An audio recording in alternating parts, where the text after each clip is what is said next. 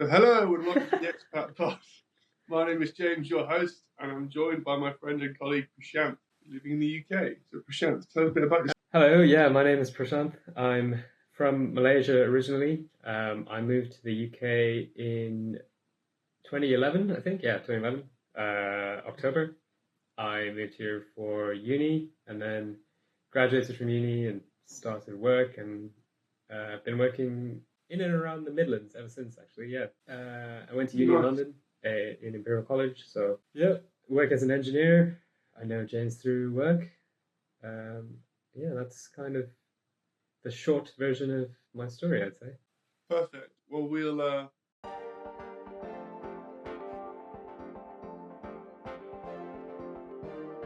Hey, and welcome to section 1 of the podcast, all about getting there. So this is where I interview my guests all about how they managed to move from where they're from to where they're living now or where they've lived anywhere. So Prashanth, as a person from Malaysia living in the UK, how did you first move across to university? How did you find universities here? What was the path you chose? Great question, actually. So I guess coming from Malaysia, there's one advantage, which is that we learn a lot of English.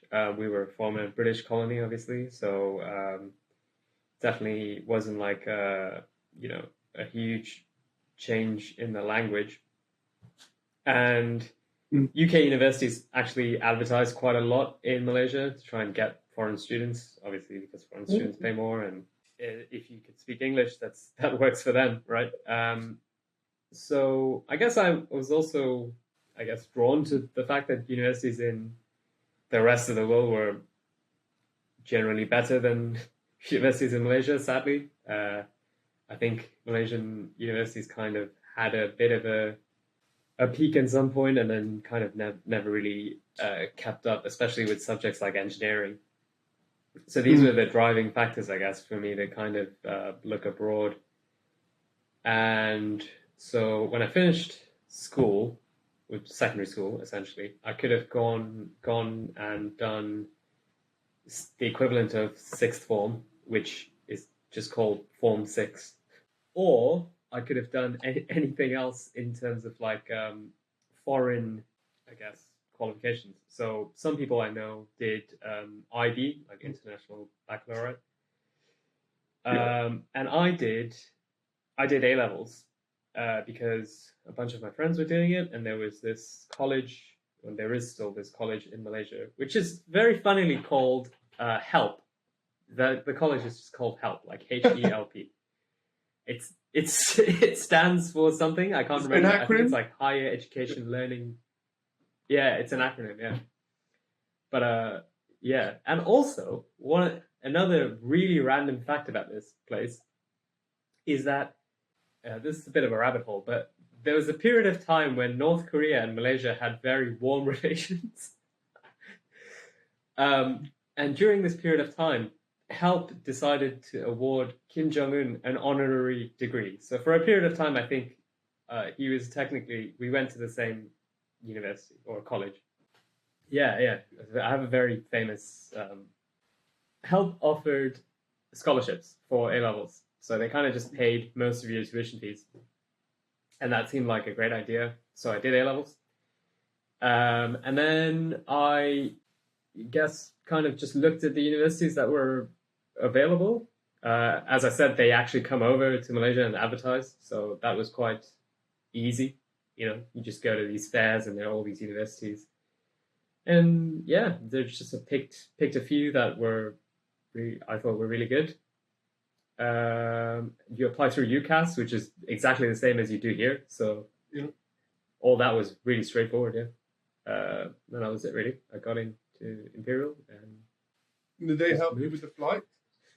I mean, they kind of give you some sort of like guidance and stuff, but it wasn't. I mean, it wasn't really hard. Like you know where you have to go, and then you just find a way to get there. So that bit was pretty straightforward, I'd say. I mean, that kind of plot would make Lord of the Rings very small. You know where you're going, just find a way to get there. Yeah. I guess London's a bit easier because there's so many airports, but if you went to like Lincoln or Cranfield, which is a quite good university near Cambridge. It's pretty harder to get to or harder to find. I guess Imperial is quite a well-known university internationally as well. So it's and Yeah, it's in the centre of that's London. entirely true. Yeah, I can imagine. I said, did you have accommodation already booked within the university before you left? Yeah, so that's one of the things that they assign to you. So they tell you where your halls is, and they give you directions to get to those halls. So that was quite interesting because that was kind of before the days when smartphones were like ubiquitous, So they actually they'd like email you directions, and I printed out this paper map that kind of directed me from the closest train station, which I think was Gloucester Road, just next to in the South Kensington area, and then walked to my halls. And when you moved over, you said obviously Malaysia's an ex-British colony. Was the visa application then easier because it was Commonwealth, or was it still? Because my friend from South Africa had a thing with ancestry visa.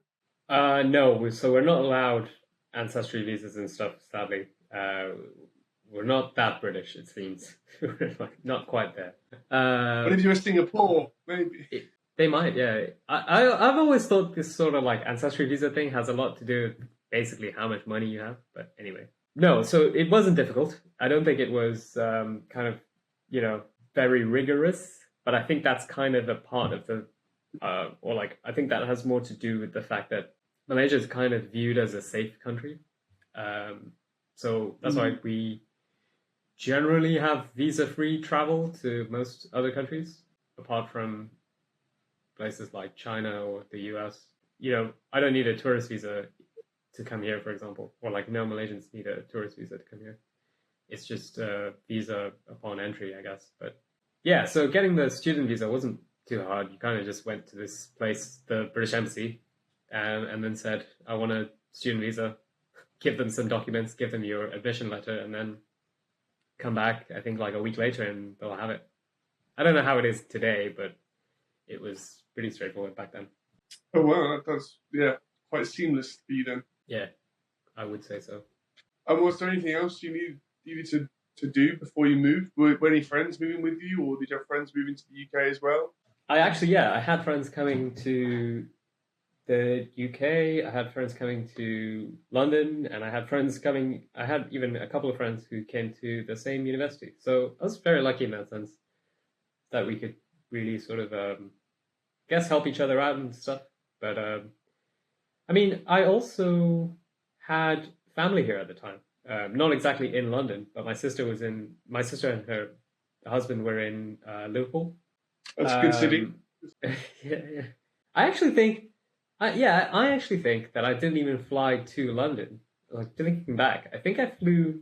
I'm not sure. No. I think I did fly to London, and then they came down from Liverpool, but they were there essentially to like send me off into halls on my first day, which was nice. Yeah, I didn't really have to do anything else. I just had to like pack all your stuff, which that was kind of weird. I mean, like how do you? But I guess that's weird for everyone, right? I guess didn't have the advantage of like my parents turning up in their car with like a million things. It was more like I have one suitcase and this is it. This is going to be it. I went to university 12 miles from my childhood home, and my dad drove past it on the way to work. Yeah. So if I needed anything, I would be like, "Can you bring something for me?" And I get the train. I'd be home in 27 minutes. It was quite a luxurious situation. But that's because Liverpool's much smaller than London as well. I guess and also you can have a car in the centre quite easily. Having a car in centre London is not that easy to do. Yeah.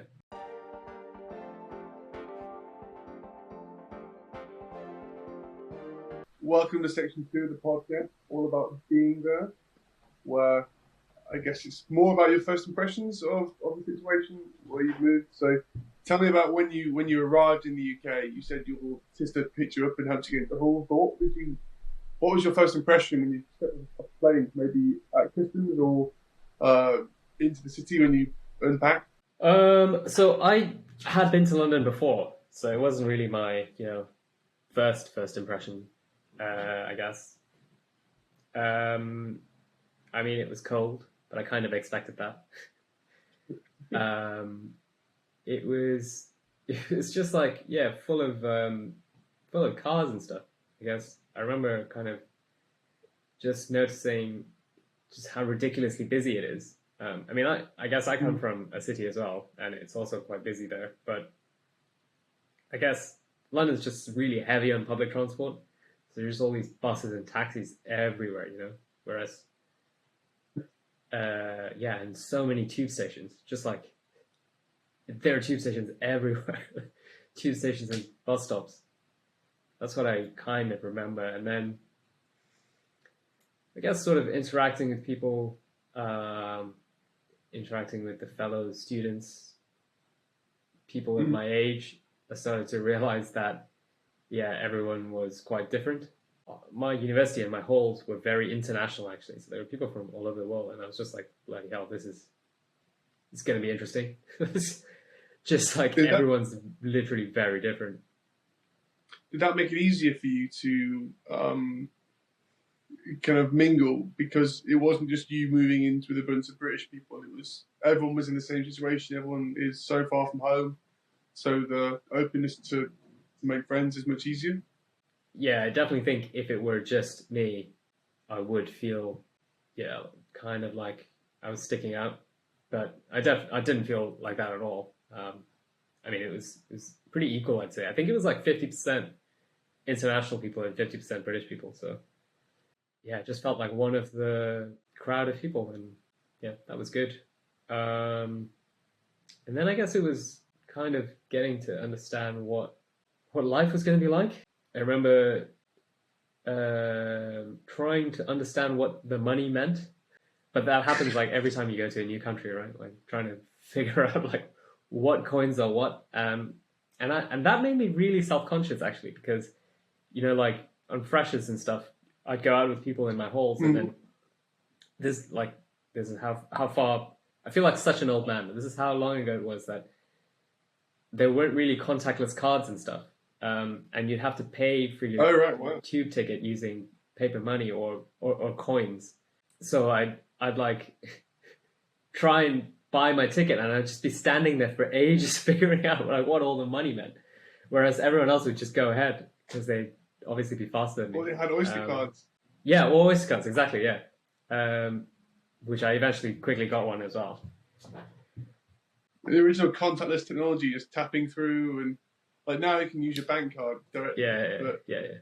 Yeah. I guess those were my first impressions. And I actually remember that my first week when I was there, it was actually reasonably warm. It was like October time. I remember walking around in like shorts and stuff, and it was all right. Oh, wow. Brave. The second week, it just got. The second week was just so cold. I remember really hating it. Because London's quite warm, I think, compared to the rest of the country, because of all the, I guess, the thermal mass in London. It stays a much milder climate than the rest of the country. But no, that's very interesting. And how did you find the language? Yeah, it was very strange. So I guess because I had been to Liverpool, I knew what a Liverpudlian accent was, right? And I was like, I know that exists, right? And then I know what a London accent is, because that's kind of just like, you know, the standard accent that is portrayed in all media and stuff, right? But then everything else in between, yeah, that was just very confusing to me, because I was like, what is correct?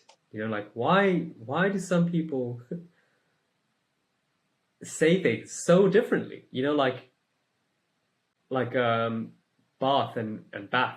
Like it was like, how is that possible? Yeah. I mean, which one is correct? It's just like, I was genuinely very perplexed by it. But also, what made it more confusing was that there weren't that many Northern people in Imperial College. I mean, there were. Like, I'm not saying there were a tiny minority or anything. I'm just saying there were definitely we feel more, like we are. There's definitely more Southern people And so every once in a while I'd hear it, and then I'd just be like, what? Where's this person from? Like, why are they... That doesn't... I just couldn't understand that. Like, couldn't understand how you could have such a fundamentally different pronunciation of such a simple word. Yeah, every city has their own accent, I feel. Or even like Liverpool and Manchester, they're so close. Yeah, they speak completely differently. And even like where I'm from, it's just north of Liverpool, and I don't necessarily sound like a Scouser or a Lancastrian, but they also have completely different accents as well. It's quite interesting to understand. But also in London, there's so many voices. Like there's obviously your received pronunciation, which is your kind of BBC English, which is probably what everyone thinks of when they think of English. Then you go to the East End, and it's completely different. I think it's probably links to the class system back in the day, and obviously in the north there was a lot of like mining and milling and manufacturing, which is maybe seen as a more blue collar accent. That's maybe where they've come from, and they've just evolved over time. That's my opinion. I'm not a linguist. That's what I've heard as well, and I mean that's what I learned eventually about it, I guess.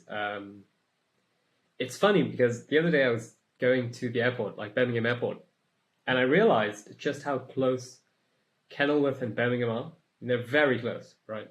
And I just started wondering, where does the Birmingham accent start?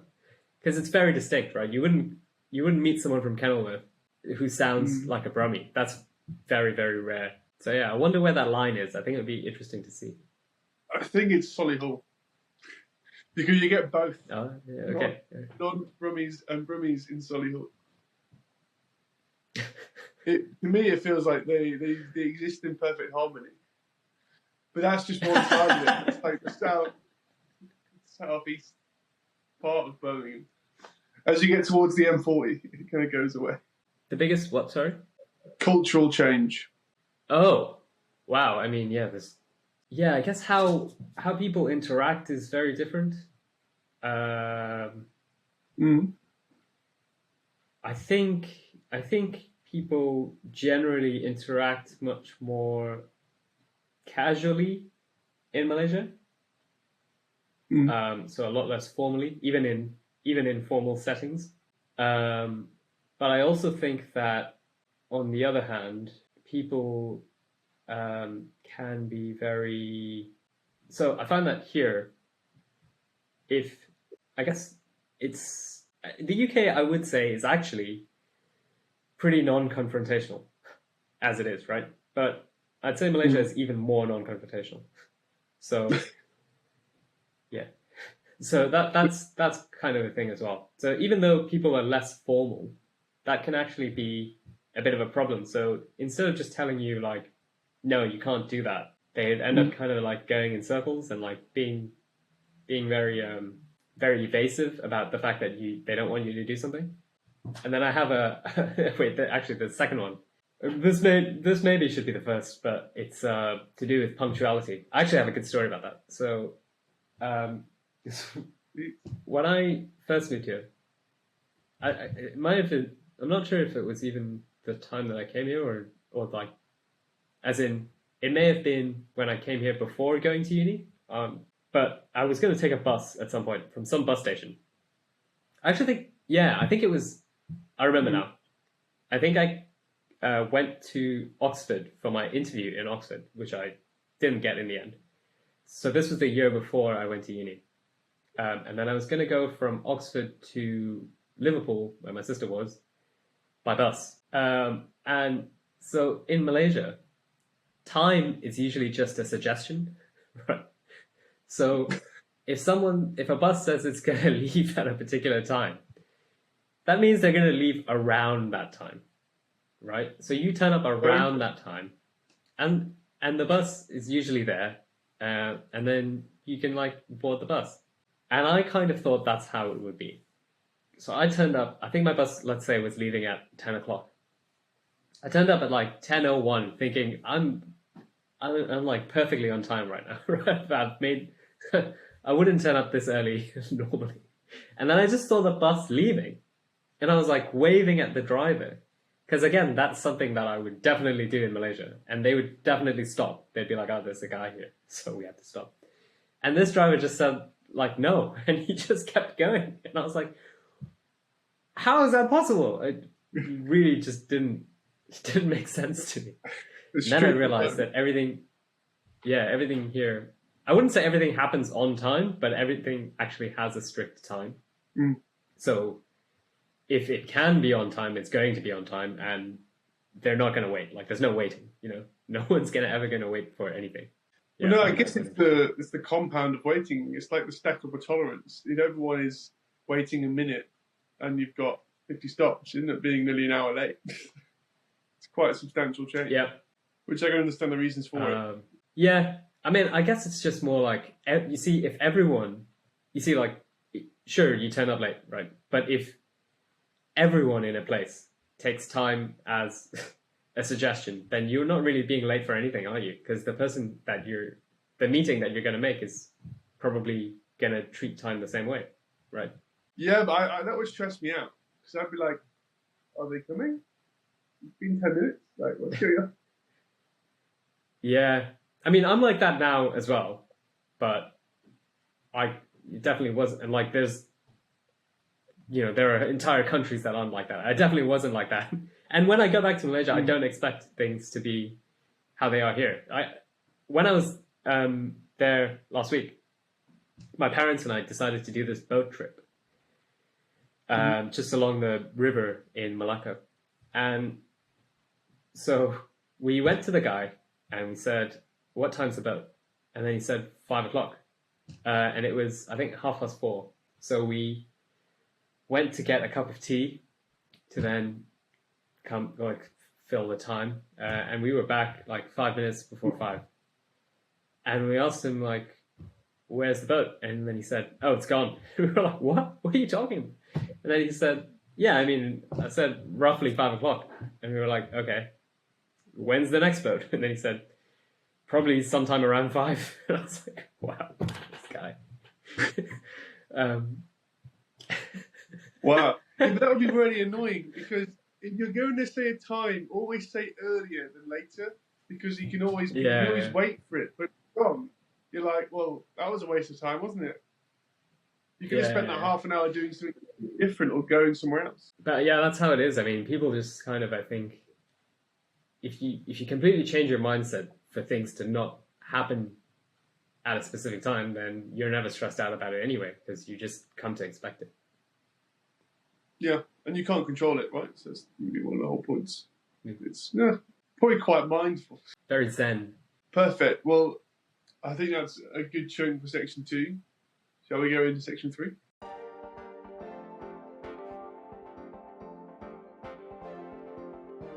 So, hey, welcome back to section 3 of the podcast.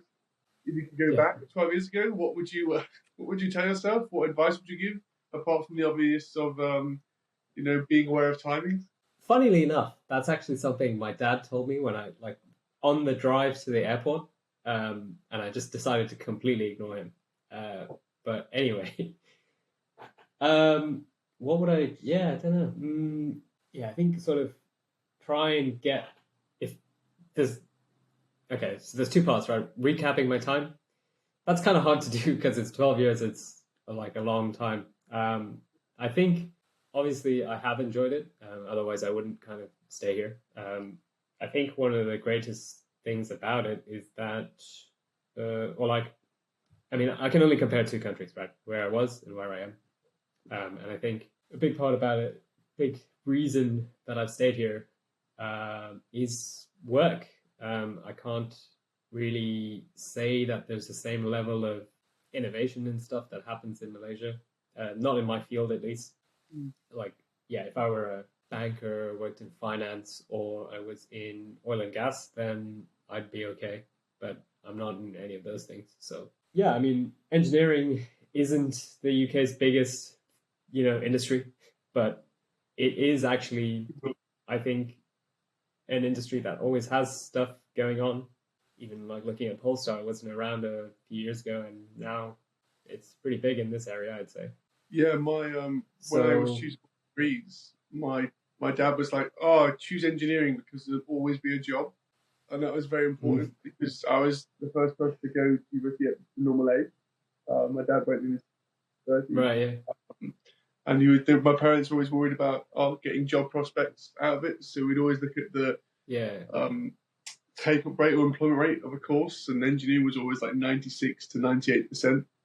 So they were like, right, engineering. Yeah, so I'd say that career-wise, it's been good.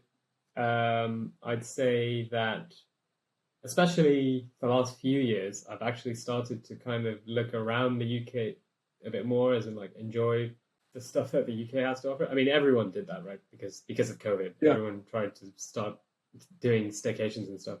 And yeah, there are actually some really nice places. What was your favourite place? In the UK? I'd say Pembrokeshire. Quite far away. It's like very beautiful. Yeah, I mean it's far, but it's also not. It's not as far as like Scotland. No. Well, it depends on where you start from. Yeah. From here, yeah. But yeah, the Pembrokeshire's beautiful. I've been a few times. Yeah. A lot of good surfing on the south coast, and my girlfriend did a play in Milford Haven, which is a kind of town. Oh yeah, yeah.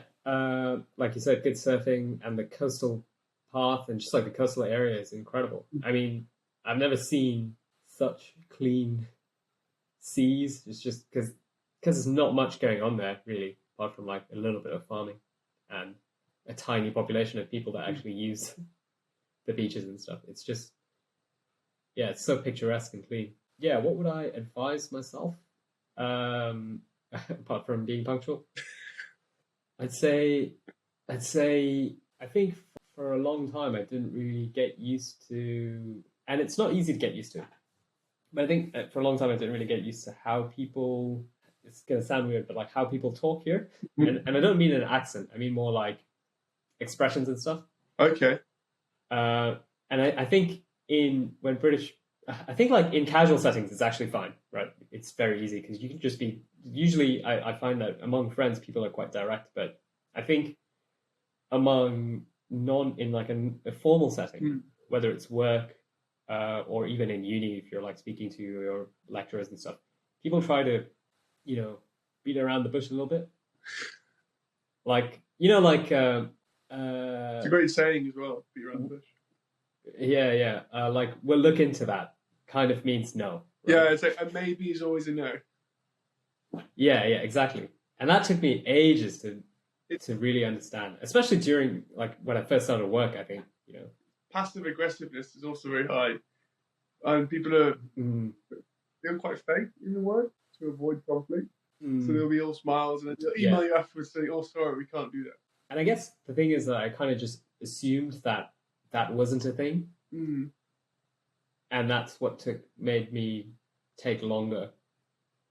But if you just accept it, and accept that that's a cultural difference, and then it is massively different, and then you can learn about it, or like just pick up on the signals. It's kind of like, it's funny because when people in Britain talk about other countries, they always mention things like that. They always say like, oh yeah, in China the culture is very different because you have to like go for parties and stuff, and that's where decisions get made or something like that. And when you're in a country, you never realize like, yeah, this is weird as well because no one ever says exactly what they mean in a formal setting. No, I feel a lot of decisions in the UK get made at like coffee shops or in the water cooler or something, or it's never in the meeting. It's always in the outside meetings, and there's always a pre-meeting for a meeting to discuss what you're going to discuss. Everywhere I've worked, it's been the same thing. Where you have to, if you want to get a decision made, you have to let the person who's making the decision know in advance what they're doing, rather than doing the job of okay, here's all the inputs, here's the decision, this goes this direction. They have to know it beforehand. And it feels like quite a, what's the point of that second meeting? Just if they've approved it, then just approve it. It's like a ceremony. Yeah, exactly. Yeah. It's like the king's you're so right. Coronation. He's already king, but they'll make it official.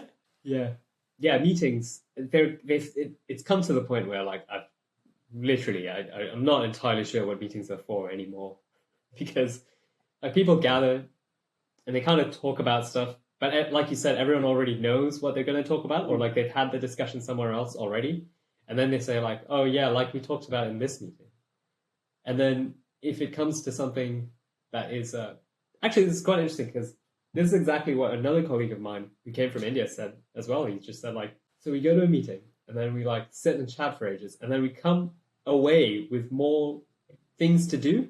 So like meetings are meant to be places where you solve problems. So like you come away with fewer things to do, but then everyone just comes away with like more actions. And then there'll be like more meetings to solve those actions. When does it end? Yeah. If you could give someone from Malaysia some advice before moving away anywhere, what would you give them? Before moving anywhere? Anywhere, not just the UK, but anywhere in the world.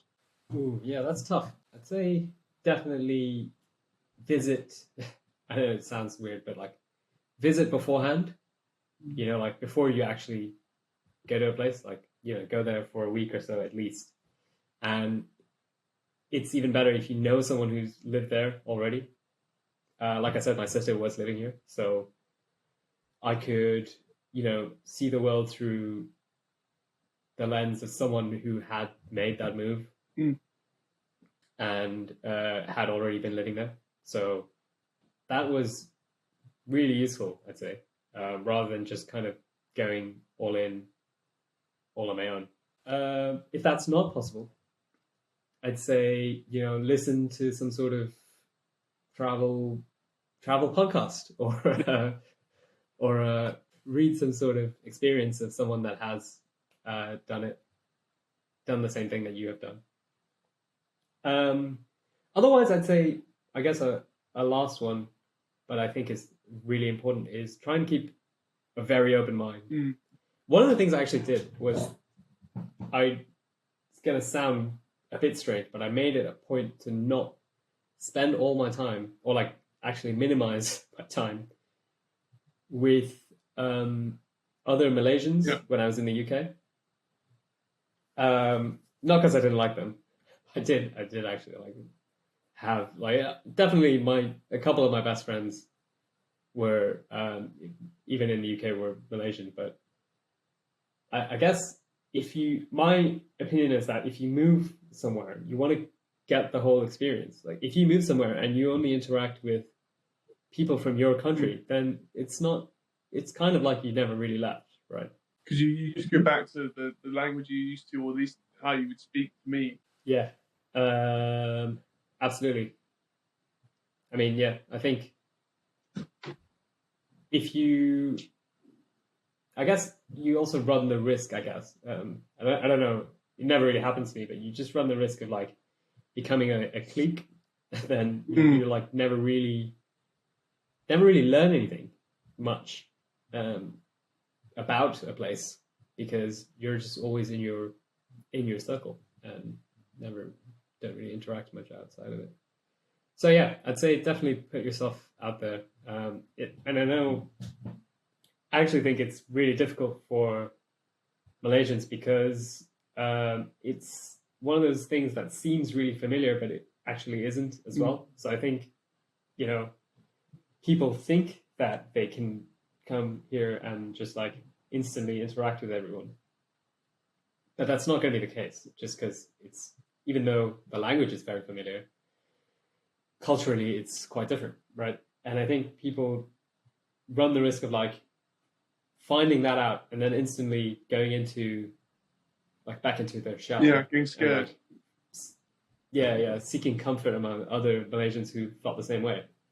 I mean, that's fine. Like, I'm not going to like say one thing's better than the other. If that's what someone wants to do, then that's fine as well. But I think it's definitely worth going out there and meeting someone or meeting people, locals that are just like people that you'd never really meet if you were in Malaysia, you know, and just really try and learn something from the whole experience. I guess that's one good thing about living in a city when you first move is you've got huge amounts of diversity. That's why I lived when I lived in Liverpool for university. I had a choice to go to campus universities, like Loughborough and other places, and I was always against them because all you have is students, and students from the same university.